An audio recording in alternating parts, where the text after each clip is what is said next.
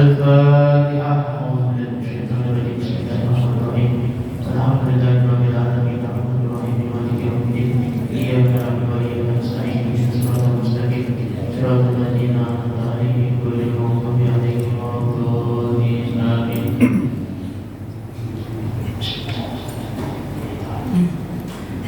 Assalamualaikum warahmatullahi wabarakatuh.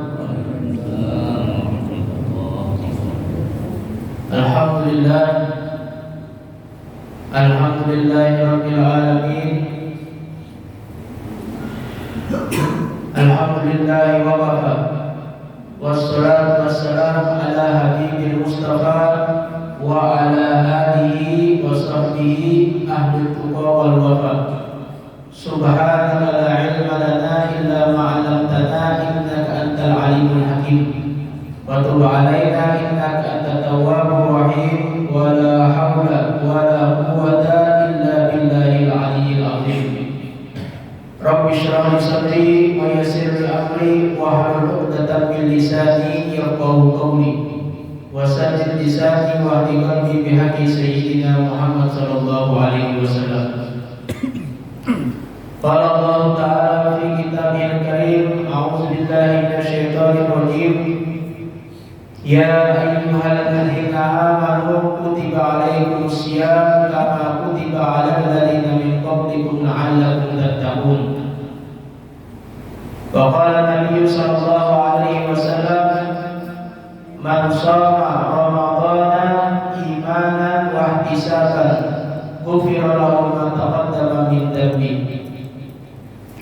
Alhamdulillah, segala puja dan puji syukur selalu kita panjatkan kehadirat Allah Subhanahu wa taala, yang mana Allah Subhanahu wa taala telah mengumpulkan kita di tempat yang mulia ini, di tempat yang penuh daripada barokah Allah Subhanahu wa taala, pada bulan yang mulia, di hari ketiga pada bulan Ramadan. Kita masih diberikan kesehatan oleh Allah Subhanahu wa taala, masih diberikan taufik oleh Allah Subhanahu wa taala dalam mulai daripada menjalankan sholat subuh berjamaah, yang mana salah satu kenikmatan yang besar yang tidak bisa didapat oleh semua umat muslim, yaitu bisa melaksanakan sholat subuh berjamaah di masjid yang mulia ini. Sungguh suatu kenikmatan yang amat sangat besar. Kita masih diberikan oleh Allah sehat walafiat dalam keadaan taat. Salawat serta salam tak lupa pula selalu kita curahkan kepada baginda Nabi besar kita, Nabi Muhammad sallallahu alaihi wasallam, dan semoga tercurah pula kepada keluarganya Nabi, kepada para sahabat-sahabatnya Nabi, dan kepada sampai para tabi'in ila yaumil qiyamah. Sebelum melanjutkan daripada pengajian kuliah subuh ini, ulun sebetulnya di sini menggantikan. Jadi sebelumnya di sini dan ulun namanya, tapi guru kita yaitu Kiai Haji Muhammad Arsyad.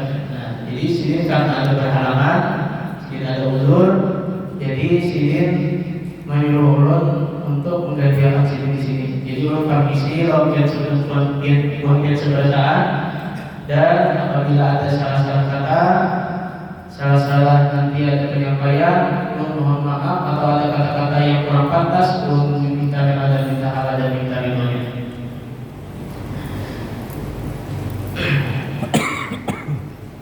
Dalam kesempatan kali ini,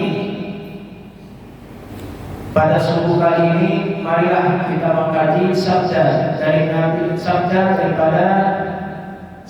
dari Nabi Sallallahu Alaihi Wasallam yang diriwayatkan oleh Al-Imam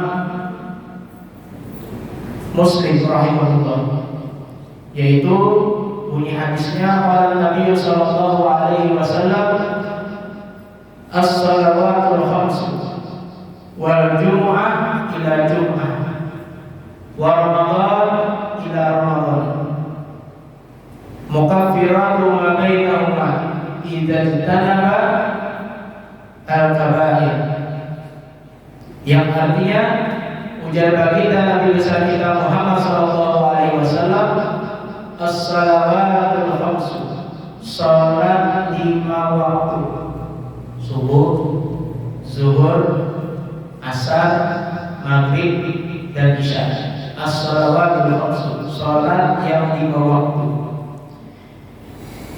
Wal jum'ah ila jum'ah, wal jum'ah ila jum'ah, dan Jumat ke Jumat. Wa Ramadan ila Ramadan, dan Ramadan ke Ramadan. Mukaffiratu ma bainahuma, itu di tengah-tengah, itu dapat menghapus dosa-dosa di tengah-tengahnya. Idza tanaba al-kaba'ir, apabila ujar Nabi sallallahu alaihi wasallam dapat menghindari daripada dosa-dosa yang besar, menjauhi dosa-dosa besar. Nah, itulah kurang lebihnya makna terjemah daripada hadis daripada Nabi sallallahu alaihi wasallam tadi. Para ibu-ibu, bapak-bapak, ibu-ibu yang dirahmati oleh Allah Subhanahu wa taala, hadis Nabi ini memberikan penjelasan kepada kita, yaitu as-salawatul khamsu, bahwa sembahyang 5 waktu itu dapat menghapus dosa-dosa kita, dapat menghapus dosa-dosa kita di antara atau di tengah-tengah sholat-sholat tadi. Sholat zuhur dapat menghapus dosa-dosa mulai yang telah kita lakukan mulai dari waktu subuh. Sholat asar dapat menghapus dosa yang telah kita lakukan mulai dari waktu zuhur. Salat maghrib dapat menghapus dosa yang telah kita lakukan mulai dari waktu asar. Salat isya dapat menghapus dosa yang telah kita lakukan mulai dari waktu maghrib. Dan salat subuh dapat menghapus dosa daripada yang telah kita lakukan mulai dari waktu isya, yang mana mungkin pada malam itu kita melakukan suatu maksiat atau melakukan suatu dosa, maka ketika kita sholat subuh, apalagi sholat subuh berjamaah di masjid atau di mushola atau di langgar, maka itu dapat menghapus daripada dosa-dosa mulai dari waktu isya.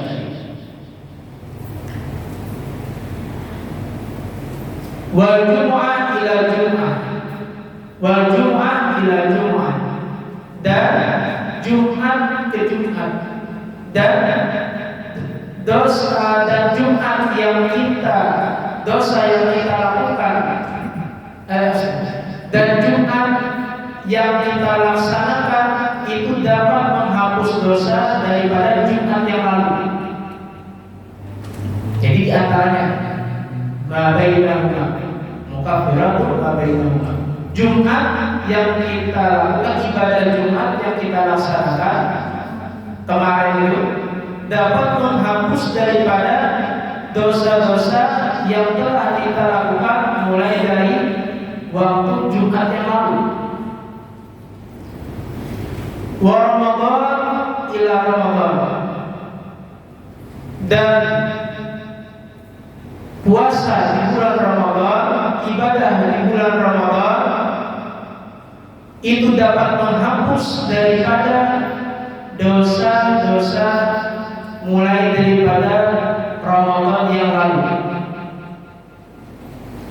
kita melaksanakan ibadah bulan Ramadan ini, insya Allah apabila kita melaksanakannya lillahi ta'ala, kita melaksanakannya dengan penuh keikhlasan,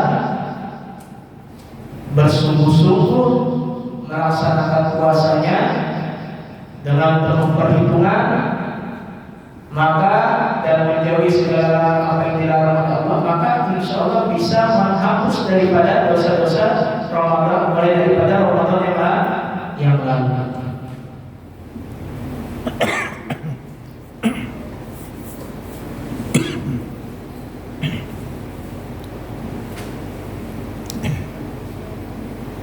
Dengan satu syarat, dosa-dosa tadi itu bisa dihapus oleh Allah dengan satu syarat. Apa syaratnya? Di akhir jalan itu ijtanaba al-kaba'ir. Dengan syarat apa? Apabila dia bisa menjauhi daripada dosa-dosa yang besar. Apabila dia bisa menjauhi, menghindari daripada dosa-dosa yang besar. Jadi dapat kita pahami daripada hadis ini bahwasanya yang dimaksudkan mukaffirat lima bainahuma dapat menghapus daripada dosa-dosa di tengah-tengahnya tadi, yang sholat lima waktu, di tengah-tengahnya Jumat ke Jumat, dan antara Ramadan ke Ramadan yang berikutnya, Ramadan yang sekarang dan Ramadan yang lalu, yaitu adalah dosa-dosa yang kecil, bukan dosa-dosa yang besar. Bukan dosa-dosa yang besar. Adapun dosa-dosa yang besar itu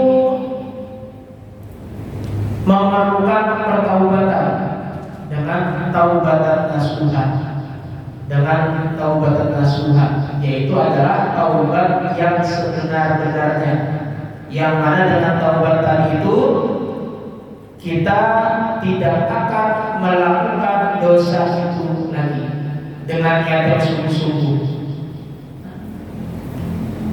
Jadi yang benar kita nih, jadi umatnya Nabi Muhammad, sedikit bergerak, sedikit beribadah, dapat ampunan Allah. Masuk bulan Ramadan, ampunan Allah sangat besar.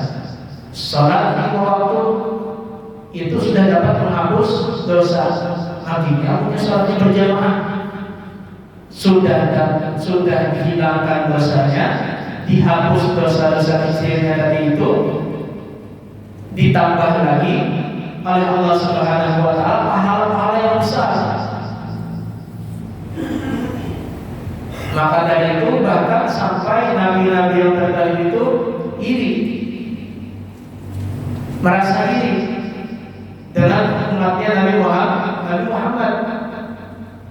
Karena bergerak sedikit kita dihapus dosanya, istighfar dihapus dosanya, melakukan ibadah sedikit dihapus dosanya, bersedekah dihapus dosanya, tapi dosa-dosa kecil. Tapi jangan sampai juga kita terlena daripada ampunan daripada Allah Subhanahu wa taala. Makanya di dalam kitab tasawuf itu al-khauf wa raja itu tidak boleh dipisahkan. Apa al-khauf wa raja itu? Al-khauf itu takut akan kepada Allah, takut kepada azab Allah. Wa raja itu adalah artinya mengharap akan ridha Allah Subhanahu wa taala. Kenapa dipisahkan? Karena apa? Kalau khauf aja kita pada diri kita, takutan aja kita kepada Allah, maka niscaya bisa-bisa kita putus asa daripada rahmat Allah, daripada rahmat Allah. Padahal di dalam ayat la ta'asu min rahmatillah, jangan hamba berputus asa dari Allah Subhanahu wa taala daripada rahmatnya Allah. Dan jangan juga kita terlalu roja, terlalu mengharap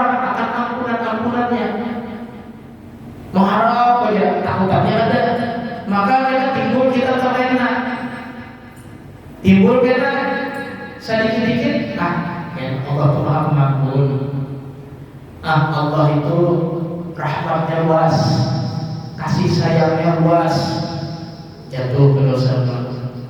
Tahu itu sudah dosa, apalagi itu dosa besar. Auzubillah min dzalik. Tahu itu sudah dosa, masih aja mau aman. Sembahyang 5 waktu dihapus dosa-dosa. Kalau dosa besar, yang penting taubat, menyesali, selesai sudah. Tapi padahal kita tidak tahu di mana letak kemurkaan Allah Subhanahu wa taala. Nah, di situ yang kita takutkan. Di mana letak daripada kemurkaan Allah Subhanahu wa taala? Bisa pada dosa-dosa yang besar, atau bisa juga ketika kita memang melakukan dosa kecil tadi. Entah mungkin karena terlalu sering melakukan dosa kecil tadi itu sehingga Allah menjadi murka kepada kita. Waliyadzubillah. Seperti halnya misalkan kain atau papan yang putih, ada titik hitam, pakai spidol dalam, kan halus semuanya, titik satu kan tak kelihatan.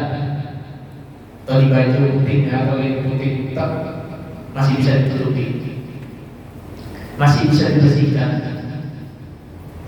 Timbul pulang karena akan pulang terlalu mengharap, ada ketakutannya melakukan dosa kecil. Ini dosa kecil hanya, kayak dosa besar. Kalau dosa besar kan langsung lihat tuh. Dosa ibaratnya dosa kecil, titik pulang sehari-hari melakukan dosa-dosa terus tanpa disadarinya. Titik sampai akhirnya tidak disadari dosa-dosanya kecil tadi itu menumpuk banyak dosanya sehingga sulit untuk dibersihkan. Makanya walaupun itu dosa kecil, jangan sampai kita terlena. Walaupun besarnya ampunan Allah Subhanahu wa taala, tapi kita juga patut bagi kita untuk takut kepada Allah Subhanahu wa taala, untuk menghindari daripada berusaha menghindari daripada dosa-dosa yang kecil, apalagi dosa-dosa yang besar.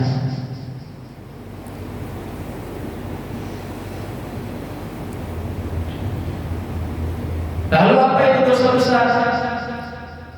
Takrif dosa besar yang biasa disebut kabirah atau al-kabair, menurut para ulama tentang definisi dosa besar adalah dosa yang pertama. Dosa besar itu adalah yang telah dikatakan oleh Allah Subhanahu wa taala ini dosa besar, dan yang dikatakan oleh Nabi Sallallahu Alaihi Wasallam ini adalah dosa besar. Yang sahih yang jelas dalam ayatnya atau dalam hadisnya, dalam ayat Allah Subhanahu Wa Taala atau dalam hadis Nabi Sallallahu Alaihi Wasallam. Ada tuh hadis. Apa orang yang melakukan dosa-dosa yang besar tadi itu?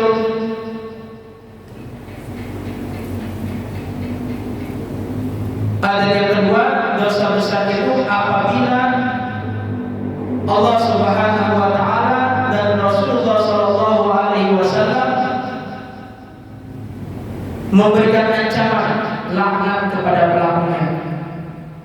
Kemudian ada ancaman dalam ayat atau dalam hadis ancaman laknat, maka itu juga bisa disebut sebagai dosa besar. Atau memberikan hukuman di dunia kepada pelakunya atau azab yang sangat pedih nanti di akhirat, maka itu disebut sebagai dosa besar. Apa risikonya? Yaitu kenapa kita wajib tahu dosa-dosa besar? Karena kalau kita melakukan satu dosa besar, satu saja, maka kita tidak bersegera bertaubat dengan taubatan nasuha kepada Allah Subhanahu wa taala, maka bahwa kita disebut oleh agama kita, disebut oleh Allah Subhanahu wa taala, dan disebut oleh Rasulullah sallallahu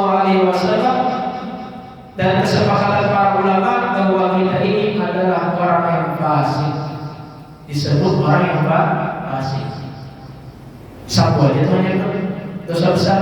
Amunnya kita melakukan habis itu kita kada mau bertaubat, kada mau sadar diri, maka kita disebut sebagai orang yang fasik.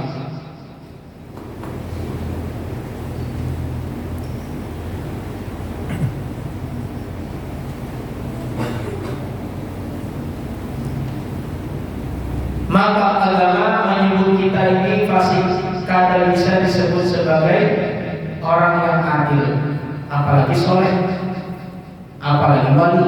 Makanya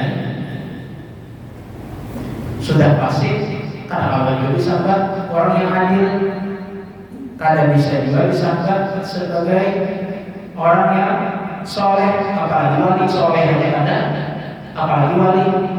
Amunnya Pak Soleh bisa aja, maunya wali bisa aja wali, tapi ini wali murid, lain wali Allah Subhanahu wa Ta'ala. Nah, kalau fasik apa jadinya? Allah Subhanahu wa Ta'ala telah berfirman, "Fa innallaha la yarda 'anil qaumil fasiqin." Maka sesungguhnya Allah Subhanahu wa Ta'ala itu tidak ridho kepada orang-orang yang fasik. Fa innallaha la yarda 'anil qaumil fasiqin. Bahwasanya sesungguhnya Allah Subhanahu wa Ta'ala itu tidak ridho kepada orang-orang yang fasik.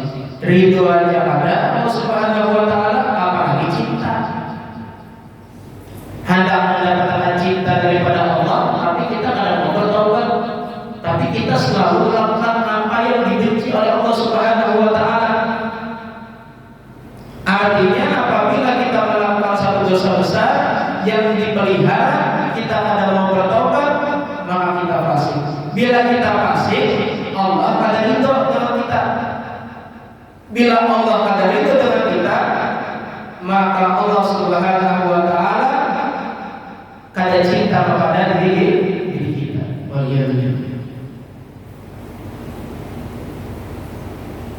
Yang kedua, Allah Subhanahu wa Ta'ala berfirman lagi, "Wallahu la yahdil qaumal fasiqin." Dan Allah Subhanahu wa Ta'ala tidak memberikan hidayah kepada orang-orang yang fasik. Nah, itulah akibatnya kita kada diridhoi. Allah kada mau memberi petunjuk. Dikada diridhoi oleh Allah karena fasik. Lalu Allah kada memberikan petunjuk kepada kita sehingga jalan kita bisa kasar balik, kada menentu arah. Nah, apabila Allah kada memberi petunjuk kepada kita, Allah berfirman lagi, wa amal ladzina fasaqu fama'wahum nar. Dan ada orang-orang yang fasik itu, maka tempat mereka adalah api neraka. Ya Allah Subhanahu wa Ta'ala. Jadi kita wajib tahu apa itu yang halal dan apa itu yang haram, apa itu dosa-dosa kecil dan apa itu dosa-dosa besar. Wajib kita tahu. Agar apa? Kita tahu dosa besar, kita tahu dosa kecil, kita tahu yang halal dan kita tahu yang haram itu bukan untuk melakukan hal-hal yang haram, bukan untuk supaya kita melakukan dosa-dosa itu, bukan, akan tetapi supaya kita dapat menghindari daripada dosa-dosa kecil dan dosa-dosa besar. Kita mengetahui hal-hal yang haram supaya kita tahu, supaya kita dapat menghindari bahwa hal-hal yang itu, bahwa ada beberapa hal yang haram yang harus kita hindari. Misal dapat duit di jalan, langsung ambil. Iya, mungkin misalnya bermiliar-miliar, ini kata dapatnya paling banyak 10.000. Rela akhirnya dapat dosa, rela akhirnya melakukan hal yang ada jelas, yaitu hal yang haram. Dia mungkin misalkan yang tabung itu duitnya mungkin orangnya ikhlas, tapi yang mungkin orangnya tidak ikhlas maka menjadi haram. Orang yang tidak tahu dapat orang luar, ibaratnya orang itu banyak ada titik di tangan, ada rilanya, ada ridhonya. Sudah dapatnya sedikit, dosanya besar, hukumnya haram. Nah ini raja kita harus tahu. Banyak yang ada disadari oleh orang kita. Ambil langsung.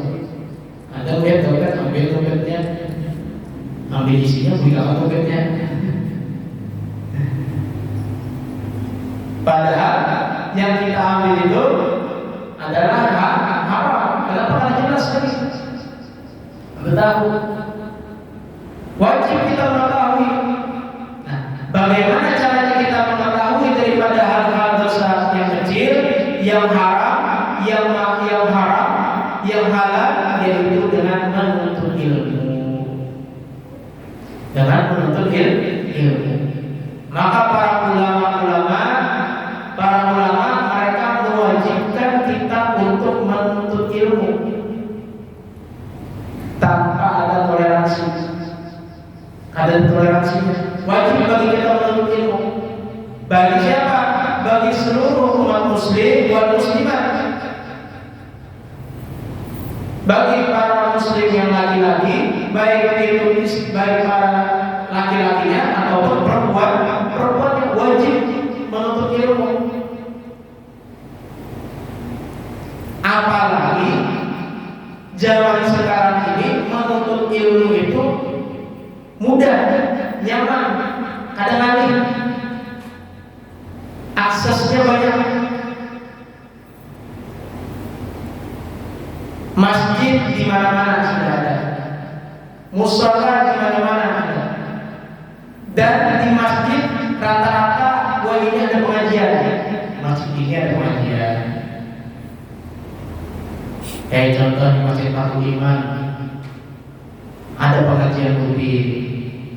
Pengajian rutin subuh, maghrib, maghrib ada, maghrib ada. Tambah lagi bulan Ramadan diadakan kuliah subuh. Hanya satu masjid, baru nanti masjid-masjid yang lainnya. Kenapa juga diwajibkan kita menuntut ilmu? Karena banyaknya juga para asatidz, para ustaz juga banyak, guru-guru banyak. Setiap RT ada, bahkan kadang satu RT itu ada yang sampai 5 ustaznya. Di salah satu RT itu ada 5, ada 3. Paling sedikit namanya 1 pasti ada, insyaallah. Setiap RT itu ada. Karena apa? Karena banyaknya pondok pesantren sudah, dan banyaknya orang-orang yang telah menuntut ilmu agama. Maka kan ada kesempatan kita untuk tidak menuntut ilmu. Ustaznya ada, tempatnya ada, tambah transportasinya ada berapa. Amun zaman 2 hari belum ada mobil, orang naik unta, orang naik kuda, orang naik keledai, ada yang jalan kaki. Wayah ini ada perjalanan gratis lagi, tak ada hitungan jam lagi. Dari sini ulangnya ke Kampung Baru, dari Kampung Baru ke sini 10 menit sampai, apalagi punya subuh lagi, jalan kosong 5 menit, 3 menit kita sampai. Pakai transportasi ada, sepeda motor ada. Amunnya nanti si mobilnya hujan, ada mobilnya ada. Lampunya garing mah hebat. Amunnya sampai yang garing pun masih bisa menuntut ilmu. Yang uzur kayak apa? Kadang kalau ke masjid, lu uzur mulai kayak apa? Kadang kalau menuntut ilmu, aku batas solusi kalau atau belum ada apa? Alergi hawa kayak apa menuntut ilmu? Awal juga kayak apa? Yaitu dengan live streamingnya kayak ini, Pak seperti makan live streaming. Manfaatnya apa? Untuk orang-orang yang mana tidak sempat atau ada uzur, entah itu sakit, entah waktu itu memang ada uzur. Kenapa? Kadang kalau menuntut ilmu, kadang kalau menuntut belajar ilmu, kadang kalau ke masjidnya, nonton live-nya, kadang kalau melihat waktu itu juga nonton siaran ulangnya. Nah itu, pada kalau ngawuran, walau punya subuh itu imbas baik subuh kalau pengajian pas sebagiannya aja pengajiannya kalau atau kalau punya habis maghrib itu kalau pengajian sebagiannya aja kalau soalnya kalau ada gawian, ada kesibukan, ada uzur. Nah ya caranya live-nya dan pengajian itu banyak ini. Tinggal kitanya aja lagi memilih dan memilah. Tinggal kitanya aja lagi pintar-pintar bisa memilih dan memilah. Oh ini pengajian ini Pak Iman jelas maksudnya pasti yang sepaham dengan kita. Jangan sampai asal ustaz, jangan sampai asal pengajian. Yang penting scroll, yang penting pengajian dulu atau ceramah dulu. Lihat ustaz siapa tahu pokoknya ustaz mana pokoknya pengajian kesalahan dulu lah. Jadi kita harus pintar-pintar dulu memilih dan memilah. Oh ini ustaz yang sepaham dengan kita. Oh ini ustaz yang ada sepaham dengan kita. Oh ini bukan sebelah kita. Oh ini yang sepaham dengan kita. Oh ini ajarannya sama dengan kita harus wal jamaah. Oh iya mati. Oh ini sama dengan ajarannya guru kita bersama itu siapa? Guru sekumpul. Maka kita ikuti. Oh sama pemahaman sini. Ada yang melenceng ke sana kemari ada diupati. Dan jangan melihat singkat-singkatnya saja, jangan kayak ini tok anggota cuplikan-cuplikannya aja dilihat. Ya jadi salah tangkap yang dilihat potongan-potongannya aja, yang memang yang diposting oleh orang-orang itu potongan yang sesuai dengan hawa nafsunya aja, jangan juga. Jadi lihat full sekalian, yang pengajian memang full, supaya kita tahu ini halal, ini haram, ini makruh, ini mubah, ini sunnah, ini makruh, dan ini mubah. Ini yang boleh, ini yang tidak boleh. Ini dosa kecil, ini dosa besar. Nah itu ya, supaya kita tahu. Dan bagaimana? Dan juga akhirnya kita tahu juga dengan menuntut ilmu, kita tahu keabsahan dan diterimanya kita. Contoh misalkan puasa kita, puasa itu diterima oleh Allah Subhanahu Wa Taala. Puasa ini misalkan sudah sesuai dengan ajaran Nabi Sallallahu Alaihi Wasallam. Sebagai kemudian dengan menuntut ilmu tahu misalkan dari Imam Ghazali i'lam an-sawma thalathul darajat, sebagaimana yang telah dikatakan Imam Ghazali di kitab Ihya Ulumuddin, i'lam an-sawma thalathul darajat, bahwa ketahuilah dari Imam Ghazali bahwasanya puasa itu ada 3 derajat. Apa? Shaumul umum, wa shaumul khusus, wa shaumul khususil khusus. Puasa itu ada 3. Puasa yang umum yaitu pada orang umumnya, puasa khusus puasa yang khusus, dan shaumul khususil khusus puasa yang khusus dan khusus lagi. Apa puasa shaumul umum? Apa itu puasa umum? Yaitu adalah kaful bakti wal fardi anil qada an qada isyahwah. Apa puasa yang pada umumnya itu? Yaitu adalah menahan daripada perut, menahan daripada kemaluan, daripada menunaikan syahwatnya. Itu puasa umum. Puasa umum yaitu adalah di puasa umum pada orang umumnya, menahan perut, apa yang tahu yaitu makan dan minum, habis itu menahan syahwat. menahan daripada kemaluannya. Puasa sudah. Amun yang melaksanakan habis sahur, imsak, menahan daripada lapar, menahan daripada haus, kada minum, kada makan, habis itu menahan daripada kemaluannya, daripada syahwat, maka itu sudah puasa sudah gitu. Puasa sudah. Tapi pahalanya kan ada tahu pahalanya. Ini hanya menggugurkan kewajibannya saja, menggugurkan kewajibannya saja.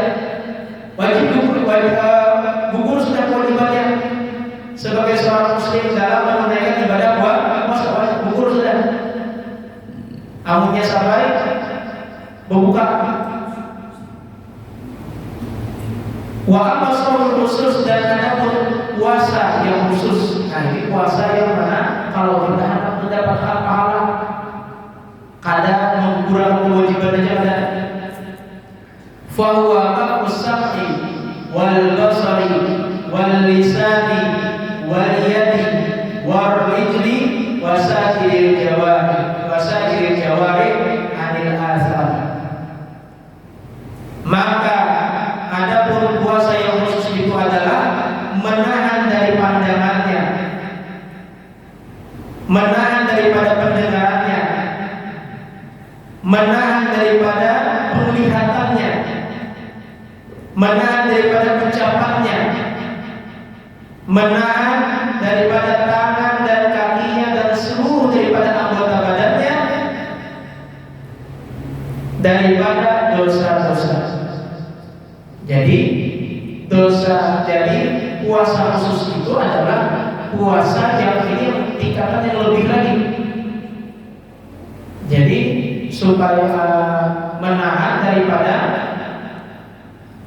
pendengarannya dari hal-hal yang berdosa yang kada diridhoi oleh Allah Subhanahu wa taala, menahan daripada penglihatannya yaitu daripada hal-hal yang kada diridhoi oleh Allah, dan menahan daripada lisannya seperti ghibah, namimah dan macam-macam yang lainnya yang tidak diridhoi oleh Allah Subhanahu wa taala, dan menahan daripada tangan dan kakinya dan seluruh anggota badannya supaya kada melakukan dosa-dosa, sehingga puasanya itu bermakna, sehingga puasanya itu kada hanya menahan haus dan laparnya saja, sehingga puasanya puasa zahir wa batin dapat pahala itu kada hanya mengumpulkan kewajiban. Wa amma shaumul khusus yang khusus, dan ada puasa yang khusus yang khusus yaitu lebih tinggi lagi, yaitu adalah shaumul qalbi, yaitu puasanya hati, anil himami, daripada keinginan-keinginan ad-daniyah, yaitu yang rendah, wal afkar duniawiyah, dan memikirkan dunia, wa qafuhu amma siwallah azza wa jalla bil kulliyah, dan menahan daripada dirinya daripada selain daripada Allah Subhanahu wa taala, daripada keseluruhannya. Ini derajatnya biasanya para aulia Allah, para wali-wali Allah. Nanti kita tahu aja, namanya kita bersungguh-sungguh. Kalau kita ada keinginan, kalau ada keinginan untuk meningkatkan kualitas ketakwaan kita, kualitas puasa kita, maka bisa kalau ada kesungguhan menahan daripada hati yang ada kawan banyak sedikit. Kita latihan. Oh, biasanya aku full seharian mulai dari pagi sampai sore itu full begawi, kada ingat sama sekali pada Allah Subhanahu wa taala. Maka aku hendak belajar ke satu barang full, karena apa? Belajar satu barang. Atau yang di pasar apa ingat kepada Allah, apa dengan banyak-banyak berzikir kepada Allah Subhanahu wa taala. Ada orang tasbih. Kalau ini kan scroll, ada orang scroll HP. Padahal mencari tidak ada. Yang penting tidak ada. Nah, tasbih apa? Istighfar kan, sholawat kan. Tapi hati lu tetap sibuk kepada dunia. Kenapa? Latihan kadang-kadang kalau hatinya, mulutnya baru, lisannya baru, daripada berkata-kata yang sia-sia baru pada. Kadang kalau hatinya latihan lisannya baru zikir, habis itu paksakan kepada dirinya untuk hatinya umat juga. Kamu saya bersih, di apa karang dagangan atau di misalkan di kantor kerjaan sambil ngetik sambil apa bisa sedikit demi sedikit. Nah dengannya menuntut ilmu itu kita tahu sampai mana derajat kita ini, sampai mana puasa kita. Jangan sampai puasa kita ini sama dengan puasa yang lalu. Jangan sampai nilai puasa kita ini, pahala puasa kita sama dengan yang lalu. Paling kadang ada peningkatannya walaupun hanya sedikit, amalnya banyak, bagus lagi, amalnya banyak. Untuk kita untuk ilmu tahu akhirnya. Makanya para ulama mewajibkan selain daripada kita menghindari pada dosa, habis itu juga kita tahu amalia kita, sehingga kita selalu ini yang untuk melakukan nanti meningkatkan ketakwaan. Amun yang ada tahu ilmunya, akhirnya puasanya kayak aja. Atau kalau ada ilmunya, akhirnya bisa jatuh pada dosa yang besar, dosa yang kecil bahkan bisa jatuh pada dosa yang besar. Waliyahzubillah. Dalam menuntut ilmu, kita bisa meningkatkan nilai ketakwaan, kita bisa menghindari daripada apa-apa yang diharamkan oleh Allah dan apa-apa yang dimakruhkan, bahkan yang dimakruhkan oleh Allah pun bisa kita hindari. Jadi kita tahu makruh pun bukan untuk dilakukan. Biar pemburuan dulu Abu Yalhani Muhammad bin Sayyid Segaf Jazidin, kita tahu makruh itu bukan untuk dilakukan, tapi untuk kita hindari. Oh ini makruh ada baiknya. Makruh itu untuk hal-hal yang darurat saja, bukan untuk yang kita amalkan ya. Makruh itu apa? Apabila kita meninggalkannya, maka kita mendapatkan pahala. Kalau kita melakukannya, maka kita dosa. Tapi kita tahu hukum-hukum yang makruh itu bukan berarti supaya kita dengan benar melakukannya ada, tapi supaya kita dapat menghindari. Seandainya ketika itu kita memang terpaksa melakukannya, memang betul-betul terpaksa, bukan dengan senang hati ada, tapi dengan terpaksa. Misalkan contoh apa? Buang air kecil dalam keadaan berdiri, maka hukumnya makruh. Jadi kita melakukan itu seandainya memang kita terpaksa melakukan memang betul-betul terpaksa, memang darurat karena awal ditahan lagi, amalnya ditunda-tunda, tak ambil disawar, bocor ya kan. Tapi yang mau ditahan ada biasanya, maka kita cari jawab atau yang ada di ini tadi. Nah, sesuatu yang dimakruhkan oleh agama itu pasti ada mudaratnya. Ada hal-hal yang kurang baik dalam segi agama ataupun dalam segi kesehatan. Kan? Dari situlah pentingnya kita menuntut ilmu agama. Kayak para ulama mewajibkan kadang mengharuskan untuk kita untuk menuntut ilmu. Nah, mungkin hanya sampai sini dapat untuk sampaikan. Sudah waktunya, sudah.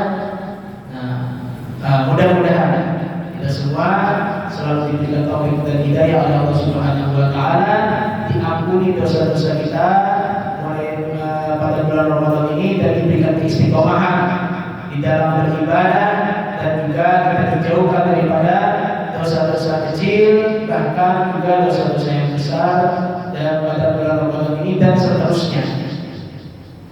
Dan mudah-mudahan juga kita diberikan oleh Allah Subhanahu wa taala di akhir hayat kita husnul khatimah, amin ya rabbal alamin.